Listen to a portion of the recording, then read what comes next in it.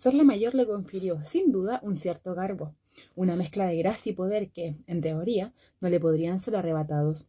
El abuelo José Joaquín la mimó como a nadie. Su primera nieta, la hija de su primogénito, Nieves, hizo su entrada triunfal en la casa del pueblo a los 6 meses de edad con alas en la espalda, el ángel del aserradero.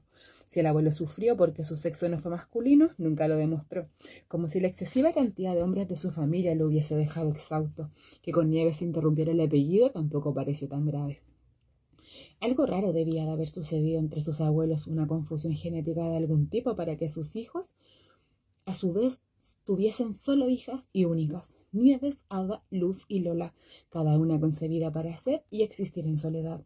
Nieves no alberga dudas de que el destino la transformó de primas en casi hermanas, pues ninguna supo nunca de la hermandad 100% sanguínea. Luz fue la que más se acercó a la idea, pues su padre, el menor de los 4 Martínez, casóse con una viuda que ya había parido hijos bastante años antes, y al momento del matrimonio adoptó al niño. Se llamaba Oliveiro, y la vida hizo que terminara apellidándose Martínez, aunque no hubiese nacido con ese nombre. Por tal razón, el único nieto varón del abuelo no fue bautizado como Joaquín. Alguien sugirió, al momento de la adopción, que ya le cambiaban el apellido y aprovecharan para hacerlo también con el nombre y le pusieran el de su abuelo. Pero la viuda se opuso. El niño ya había aprendido a leer a estas alturas. Era un ser humano hecho y derecho. Había límites para despojarlo de ese modo de su identidad más inmediata. Desde tiempos inmemoriales, todos sus antepasados se llamaron José Joaquín. Ya Casilda heredó la historia de la familia. Todos descendían de una monja. ¿Sabían eso? Una monja peruana y pecadora. Porque le hacía tanta gracia siempre volver a contarlo. Nieves ordena su genealogía de este modo en su cabeza. José Joaquín Martínez I, bisabuelo. José Joaquín Martínez II, abuelo. José Joaquín Martínez III, padre. 1, 2, 3 y punto.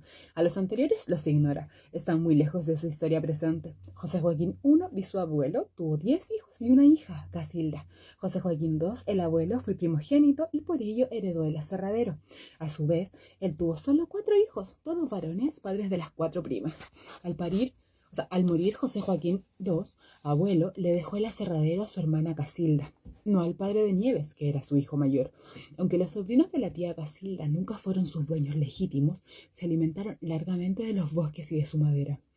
Ser la mayor solo le trajo privilegios a Nieves, sin hacer ningún esfuerzo para merecerlo, como les pasa a todas las mayores. Las otras 3 primas la obedecían, la seguían en todo y la admiraban. En los juegos, Nieves las nombraba sus camareras y las obligaba a servirlas. Una le pintaba las uñas, otra le escobillaba el pelo y otra le cosía los botones y le llevaba el té. Lola, eres tan linda, Nieves, y tan elegante, quiero llegar a ser como tú. Luz, tú eres nuestro puntual. Ada, ¿no crees que esa tela que me regalaron debería ser para ti? Eres la más graciosa para llevar los vestidos. Lola, enséñame a decir la frase justa cuando el hombre amado se pare frente a mí. Explícame qué debo hacer, explícamelo todo. Ada, cuando sea mayor te llamaré a ti para que me amuebles la casa y para que me enseñes todas las cosas difíciles que debo saber. Poner la mesa, criar a los hijos, ser esposa. Luz, Luz y Luz, tú eres nuestro puntual. Muchos años después, en ese amanecer de septiembre, Nieves se pregunta por el verbo apuntalar. En puntillas, entra al dormitorio de sus hijas y sin hacer el menor ruido retira del anaquel el único diccionario que hay en casa. Ella nunca ha sido dueña de un diccionario, no lo había necesitado. Lee cada uno de los sinónimos y se pregunta si es capaz, a estas alturas, de emprender la acción que esa página le muestra. La letra impresa ante sus ojos la transforma en una acción severa y una acción inexequible. Afirmar, asegurar, apoyar, consolidar, sostener. A medida que fueron creciendo y forjando sus distintos caracteres, aparecen equivalencias que las agruparon. Nieves y Lola por un lado, Ada y Luz por otro. Las primeras eran las más hermosas, las más encantadoras, las más ligeras, y aunque Nieves carecía de la inteligencia y la ambición de Lola, la reconocía como a su par, una competidora legítima. La frivolidad salvará a este par de chiquillas, solía decir Casilda, pero las diferencias de ellas producían otra agrupación, las grandes y las chicas, y por este motivo, Ada sería su amiga más cercana.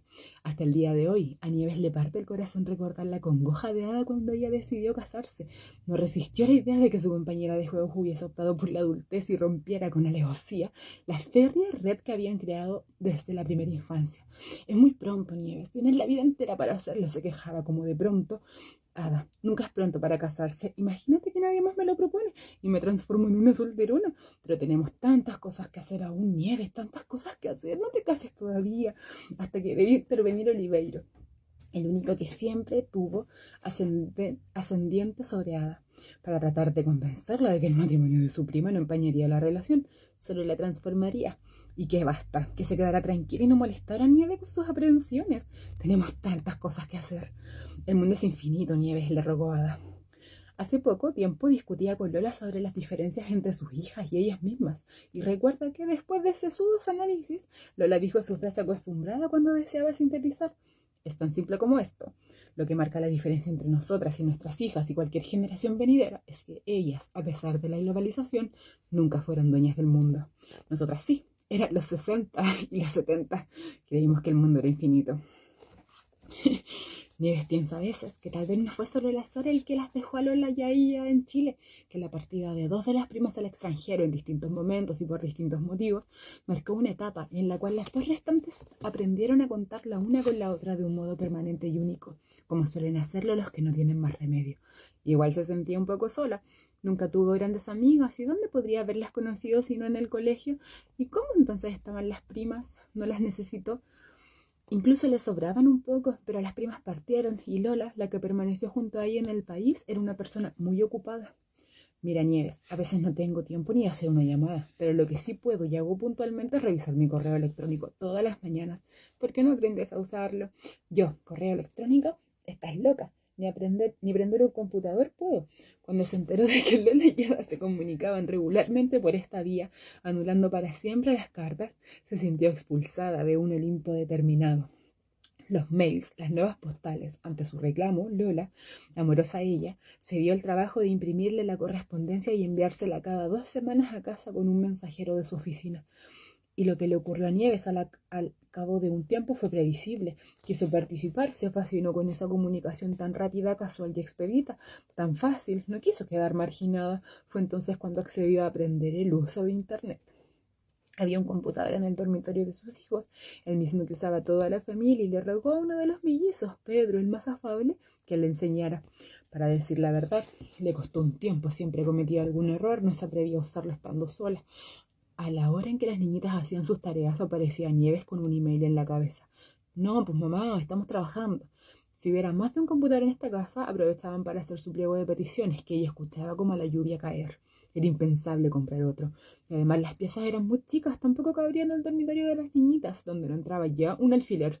2 habitaciones para los 4 niños, una para los hombres, otra para las mujeres, así de simple, de fácil. Cualquier reclamo estaba de más. Cuando Raulito se casó hace un par de años, por embarazar a la novia, Pedro era el más contento. Le contó a todo el mundo que por fin, recién a su edad, tendría pieza solo. Nieves empezó a aficionarse al correo electrónico. Le divertía escribir y leer. Sintió que había recuperado a Ada, pero ahora ella participaba de la cotidianidad de su prima, cosa impensable a través de las cartas o de los escasos llamados telefónicos. También recuperó de cierta forma a Lola, aunque viviera a la vuelta de la esquina, por decirlo de algún modo, en su misma ciudad. Los mails la acercaban a ella, le quitaban ese barniz de mujer importante que teñía las llamadas entre las intervenciones de las secretarias y el inevitable cariz de apuro siempre presente en su voz.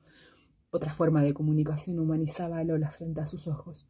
Se ilusiona pensando en que, después de todo, no lo ha hecho tan mal como mayor. Quizás irradió algún radio benéfico. Su estabilidad ha calmado a los demás, ¿verdad? Su buen humor ha impregnado los momentos oscuros, su falta de acontecimientos ha conseguido una cierta pacificación del entorno. A Ada siempre le sucedían cosas intensamente que retrasada. Y el papel de intermediaria, se dice Nieves, ese no me lo quita nadie. ¿Cómo habrían sido las cosas entre Ada y Lola si desde la infancia yo no hubiese intervenido? O más bien, ¿qué sucedió desde el principio de los tiempos para que acumularan tanta bronca entre ellas? Las innumerables peleas cuando eran chicas, eres despótica. le gritaba Lola a Ada. Prefiero ser despótica a ser una consentida de mierda, le gritaba Ada de vuelta.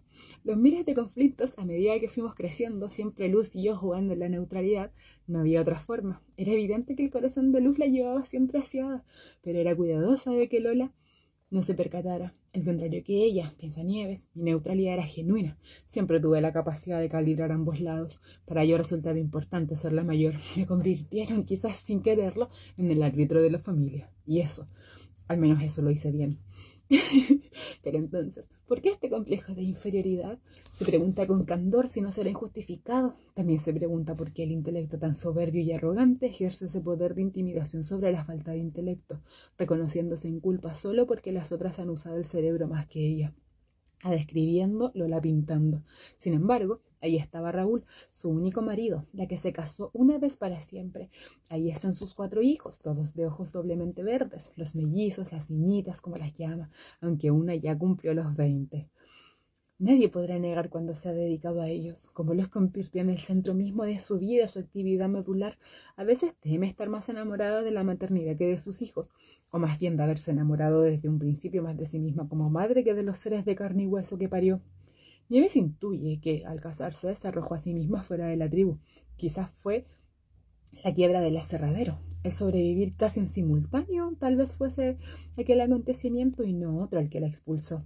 Sea como fuera, el día en que ella abandonó el pueblo, todo cambió a su alrededor. Nunca más fue el ángel alado, la muchacha de las manos blancas o la figura a la que seguían las menores. ¿Qué sucedió? ¿Por qué parecía que el pasado tuvo un peso y una solidez hoy desvanecidos? ¿Es que lo traicionó exigiéndole tan poco a la vida? Ada escribiéndolo, la pintando. Puede que no haya sucedido nada y todo sea pura idea, pero ¿conseguirá después de haber partido el papel de Fantine? Cada uno de los veranos, aquella no era una actividad invernal. El frío las llevaba a otros quehaceres. Tomaban alguna novela elegida siempre por Ada y se apropiaban de ella por los 3 meses que vendrían, viviendo la cotidianidad casi literariamente, robando otras vidas para crecer en la propia, internándose en los laberintos ajenos que les regalaban acción y emociones a las que no tenían acceso. El verano de los hermanos Karamazov fue muy peleado. Por supuesto, Lola, siempre atenta a que pudiese representar más allá de los guiones, decidió ser Aliocha. Que Nieves sea Iván y Ada Dimitri, resolvió. ¿Y Luz? Preguntó Nieves. Dejemos a Luz sin papel y que Oliveiro sea el padre. Bastante odioso el rol de padre, ¿no? Ada nunca se quedaba callada. ¿Cómo se llamaba el padre? ¿Es que Nieves ha olvidado hasta eso? Dimitri es el hermano mayor, reclamó. ¿Por qué me toca a mí si soy, después de todo, la segunda? Porque tú eres la actriz de la familia. Entonces, si soy la actriz, quiero ser Aliocha. No, Ada, es un personaje muy suave para ti. Y ganó Lola, como siempre. Tratándose de personajes masculinos, Nieve era dócil.